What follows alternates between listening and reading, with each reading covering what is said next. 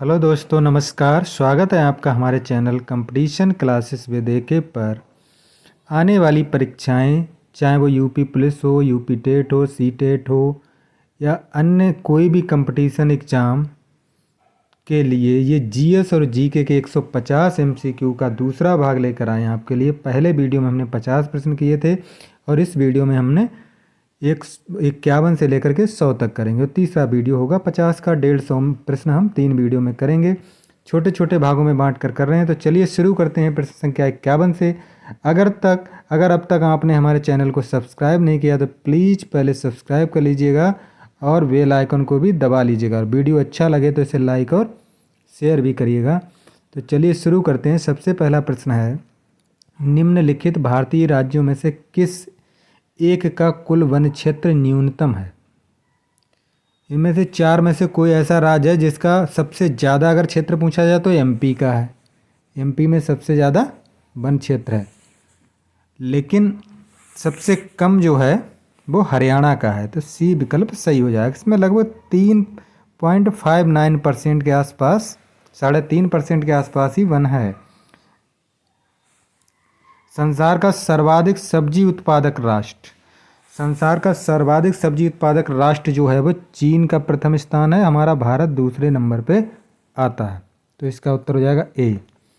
विश्व में सर्वाधिक तिलहन उत्पादक राष्ट्र, अगर तिलहन उत्पादक राष्ट्र की बात करी जाए तो वो है हमारा संयुक्त राज्य अमेरिका। ये है हमारा सी हो जाएगा। दूसरे नंबर पे आता है हमारा चीन। ये दूसरे नंबर पे इसका स्थान है। पहला स्थान संयुक्त राज्य अमेरिका का है और तीसरे नंबर पे आता है ब्राज़ील और भारत हमारा चौथे नंबर पर है तिलहन उत्पादन में। तो कुल मिलाकर के 53 का हो गया सी, संयुक्त राज्य अमेरिका। उत्तर प्रदेश को पूर्व में किस नाम से जाना जाता था? उत्तर प्रदेश का पूर्व नाम जो है संयुक्त प्रांत, या उसे इंग्लिश में कहते थे यूनाइटेड प्रोविंस। ए विकल्प सही हो जाएगा। दुग्ध उत्पादन में उत्तर प्रदेश का कौन सा स्थान है? भारत में बात करी जा रही तो सबसे प्रथम स्थान पर है हमारा यूपी दुग्ध उत्पादन में। ए विकल्प सही हो जाएगा। प्रदेश में कृषि नीति को व्यवहारिक स्वरूप प्रदान करने हेतु प्रयोगशाला से खेत, इसको कहते हैं lab to land programme. Lab to land programme कार्यक्रम किस कृषि संस्थान की देन है? तो ये है हमारे लैब टू लैंड प्रोग्राम जो शुरू किया गया था पंतनगर, गोविंद वल्लभ पंत विश्वविद्यालय है जो पंतनगर में उत्तराखंड में पहुंच गया है, इसने ये शुरुआत की थी। ए विकल्प सही हो जाएगा। उत्तर प्रदेश में भावर की तंग पट्टी कहाँ पाई जाती है? हमारे तराई भाग में पाई जाती है। सी विकल्प सही हो जाएगा। सर टॉमस मुनरो किस भूराजस्व बंदोबस्त से संबद्ध थे? टॉमस रो जो थे रैयतवाड़ी बंदोबस्त व्यवस्था थी, उससे संबंधित है। सी विकल्प सही हो जाएगा। अगला हो जाएगा हमारा, विशिष्ट कृषि में किसान अपने जोत से अपनी कुल आय का, स्पेशलाइज्ड फार्मिंग बोलते हैं इसे, कम से कम कितना प्रतिशत प्राप्त करता है? तो ये 50% का क्राइटेरिया। डी विकल्प सही हो जाएगा। केंद्रीय भेड़ एवं ऊन अनुसंधान संस्थान स्थापित है, तो ये कहाँ स्थापित है? ये अंबिका नगर में है, राजस्थान में। सी विकल्प सही हो जाएगा। भारतीय किसानों की वित्तीय आवश्यकताओं की पूर्ति हेतु अल्पकालीन ऋण जिसके लिए फसल ऋण या क्रॉप लोन इंग्लिश में कहा जाता है, ये 1 साल के लिए दिया जाता है। तो पहला विकल्प सही हो जाएगा। 1 साल के अंदर इसको अगर हम भुगतान कर देते हैं तो इस पर ब्याज पे भी छूट मिलती है, वरना 12% ब्याज देना पड़ता है। कौन सी कृषि पद्धति 21वीं सदी की कृषि हेतु आवश्यक मानी जा रही है? तो यह पारिस्थितिकी इकोलॉजिकल एग्रीकल्चर। सर्वाधिक पुष्पोत्पादन करने वाला राष्ट्र, फूलों का सबसे ज़्यादा उत्पादन कौन से देश में होता है? तो ये हमारा है नीदरलैंड। ये ट्यूलिप जो होता है, ट्यूलिप पुष्प जो है उसके लिए ये वर्ल्ड फेमस है और ये इसीलिए और भी पुष्पों की खेती यहाँ सबसे ज़्यादा होती है। नीदरलैंड का ट्यूलिप फेमस है, वर्ल्ड फेमस। सघन पशु विकास कार्यक्रम ये कब चलाया गया? 64-65 में चलाया गया था। बी विकल्प सही हो जाएगा। उत्तर प्रदेश संपूर्ण भारत का लगभग कितना खाद्यान्न उत्पादित करता है?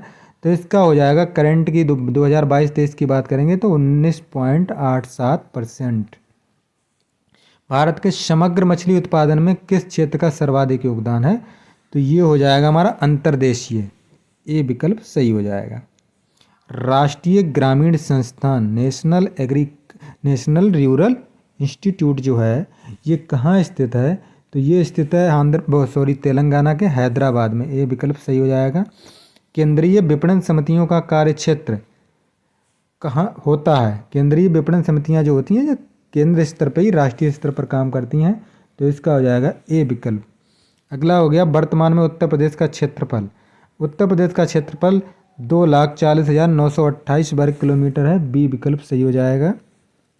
भारत में हरित क्रांति का जनक, भारत में हरित क्रांति के जनक की अगर बात करी जाए तो हम लगाएंगे एम एस स्वामीनाथन। अगर ये भारत में शब्द नहीं होता, केवल होता हरित क्रांति के जनक, तो कौन होते? तो हमारे होते नॉर्मन ई बोरलॉग और विलियम गॉड जो थे। इन्होंने जो ग्रीन रिवॉल्यूशन या हरित क्रांति जो शब्द है, ग्रीन रिवॉल्यूशन जो शब्द है, ये इन्होंने शब्द रिवॉल्यूशन जो शब्द था ये दिया था। किसने दिया था? विलियम गॉड ने हरित क्रांति शब्द दिया था। D.R. गाडगिल जो थे हमारे अर्थशास्त्री थे। तो ये हो जाएगा कुल मिलाकर 70 का डी। सर्वाधिक ग्रामीण जनसंख्या प्रतिशत किस राज्य में पाया जाता है? सर्वाधिक ग्रामीण जनसंख्या प्रतिशत किस राज्य में? अगर राज्य की टोटल प्रतिशत की बात करी जाए तो हिमाचल प्रदेश, इसका उत्तर डी सही हो जाएगा। लेकिन अगर पूछा जाए कि भारत की सबसे ज़्यादा ग्रामीण जनसंख्या कहाँ है, तो जनसंख्या की जहाँ पे भी बात आएगी वहाँ पे यूपी होगा, तो ये डी विकल्प कुल मिलाकर के सही हो जाएगा। राष्ट्रीय कृषि वानिकी अनुसंधान संस्थान जो एग्रो फॉरेस्ट्री अनुसंधान केंद्र है, जो एग्रो फॉरेस्ट्री जिसे बोलते हैं, वो नेशनल इंस्टीट्यूट जो है वो कहाँ पर है? ये हमारा झांसी में है, डी विकल्प सही हो जाएगा। उत्तर प्रदेश का निम्नलिखित में से कौन सा जिला दक्षिणी पठार के भाग में नहीं आता? दक्षिणी पठार में हमारे आते हैं हमीरपुर, झांसी, ललितपुर, जालौन, बांदा। आगरा उसमें नहीं है, बी विकल्प सही हो जाएगा। उत्तर प्रदेश के दक्षिण में स्थित पठारी भूभाग को किस नाम से जाना जाता है? इसको हम कहते हैं बुंदेलखंड का पठार, डी विकल्प सही हो जाएगा।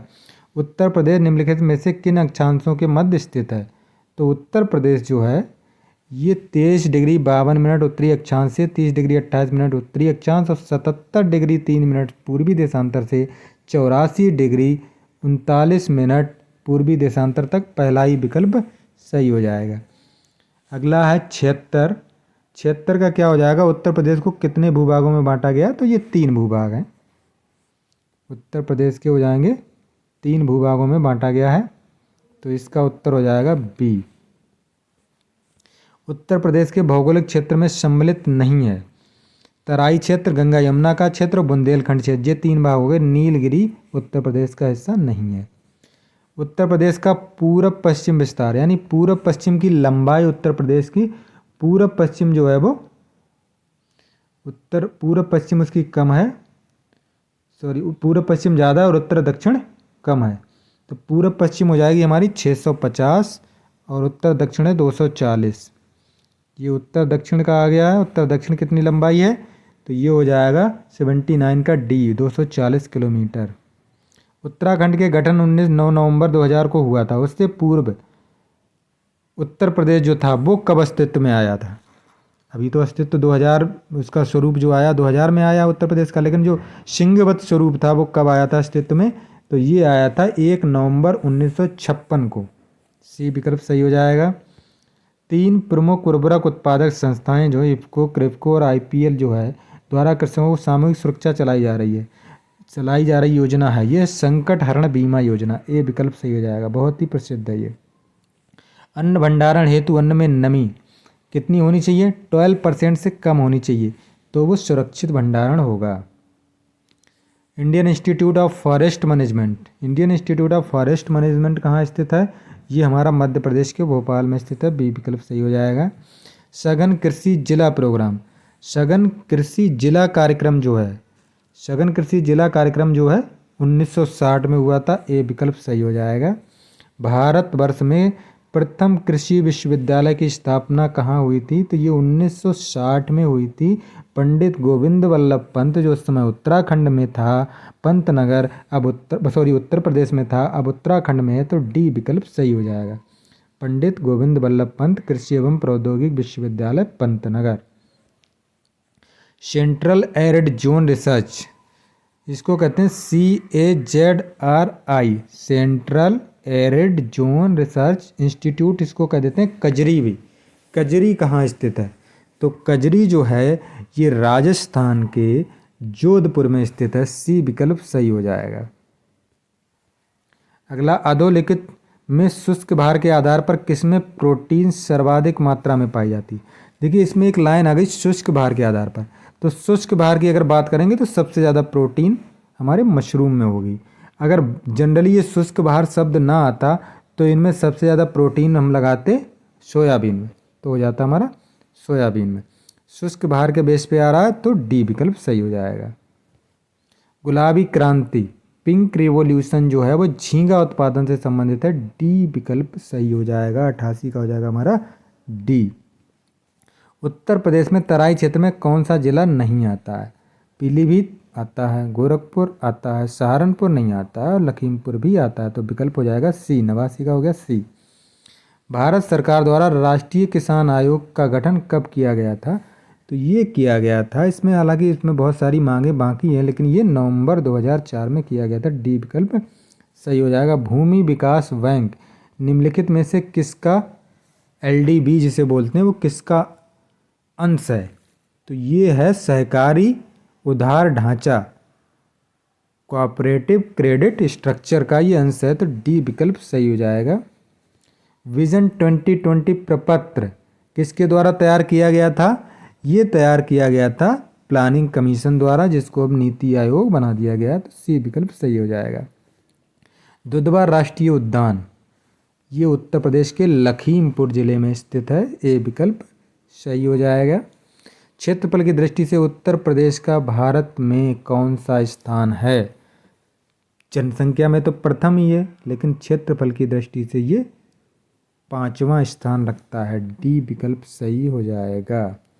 देश में चावल उत्पादक राज्यों में उत्तर प्रदेश का कौन सा स्थान है? सबसे ज़्यादा चावल उत्पादन होता है वो पश्चिम बंगाल में होता है। हमारा यूपी जो है ये दूसरे नंबर पे आता है, तो सी विकल्प सही हो जाएगा। सर्वाधिक रबर उत्पादक राष्ट्र की बात हो रही है, तो राष्ट्र कौन है सर्वाधिक रबर उत्पादक? थाईलैंड। बी विकल्प सही हो जाएगा। निम्नलिखित किसमें प्रदेश में उत्पादित किए जाने वाले किस फल की हैं? देसी, नागपुरी, एम्पदर, लड्डू। ये सारी किस्में संतरे की हैं। नागपुर से याद रखो, नागपुर में संतरा बहुत होता है, तो बी विकल्प सही हो जाएगा। उस क्रांति को कौन सी संज्ञा प्रदान की गई है जिसके अंतर्गत कृषि के सभी अवयवों को समन्वित इंटीग्रेशन किया गया है? तो इसको कहा गया है इंद्रधनुषी क्रांति, रेनबो रिवॉल्यूशन। सी विकल्प सही हो जाएगा। संसार में किस फसल का उत्पादन तथा क्षेत्रफल सर्वाधिक है? तो ये दोनों में है धान। 99 का हो जाएगा बी। व्यापक फसल बीमा योजना के स्थान पर राष्ट्रीय कृषि बीमा योजना लागू की गई। ये कब लागू की गई थी? ये अभी जल्दी 2000 में लागू की गई थी। डी विकल्प सही हो जाएगा।